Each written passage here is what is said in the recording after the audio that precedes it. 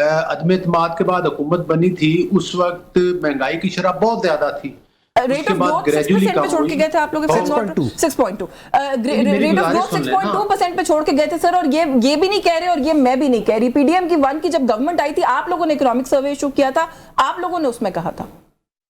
نہیں بات یہ ہے کہ اس کے بعد یہ تو پاکستان کو ڈیفالٹ کرنا چاہتے تھے, ان کی کوشش کے باوجود نہیں ہوا. یہ پاکستان کو بنانا ریپبلک بنانا چاہتے تھے, ان کی خواہش کے باوجود نہیں ہوا. یہ پاکستان کو بنگلہ دیش اور سری لنکا بنانا چاہتے تھے, حالانکہ پاکستان نے مارکہ حق میں کامیابی حاصل کی. پاکستان نے جس طرح سے ثالثی میں کردار ادا کیا. اور میں نے ذرا سیٹی صاحب سے کامنٹ لے کے بریک پہ بھی جانا ہے, آپ نے میرے سوال کا جواب نہیں دیا. سر خان صاحب سے ملاقات کروا دیں, ان کے صوبے کے لوگ کہہ رہے ہیں کہ ہم لوگ بجٹ. نہیں, خان صاحب سے ملاقات کے بعد ڈیجیٹل دہشت گردی شروع ہو جاتی ہے.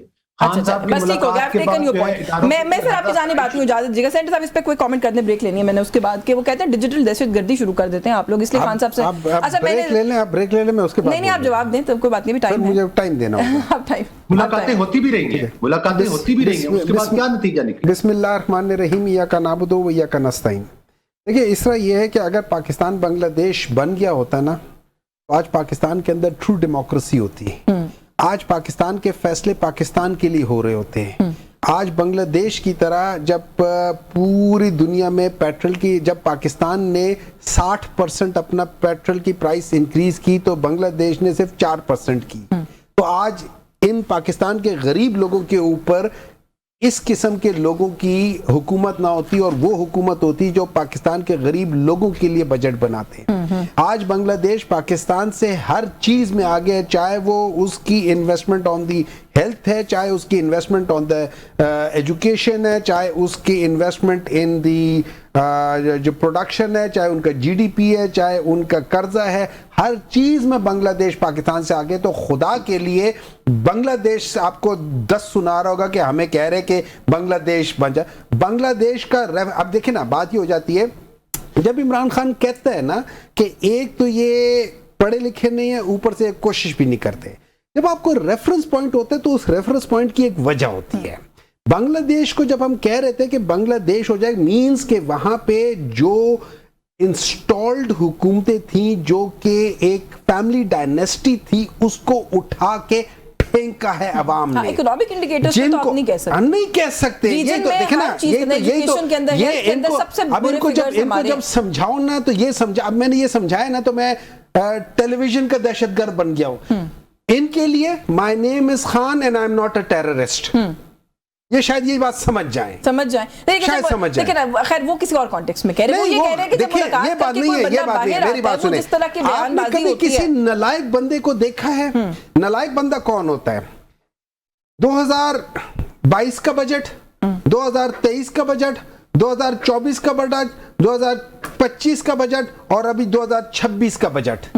اس کے باوجود بھائی اگر آپ ایک چیز خراب ہو گئی ہے, جو ہو گئی, آپ اس کو نہیں ہینڈل کر سکتے, مینز آپ کی کیپیسٹی نہیں ہے ٹھیک کرنے کی. دیکھیں آپ کے پروگرام نہیں سنیں نہیں سنیں مجھے ایک بات بتائیں نا, مجھے ایک بات بتائیں,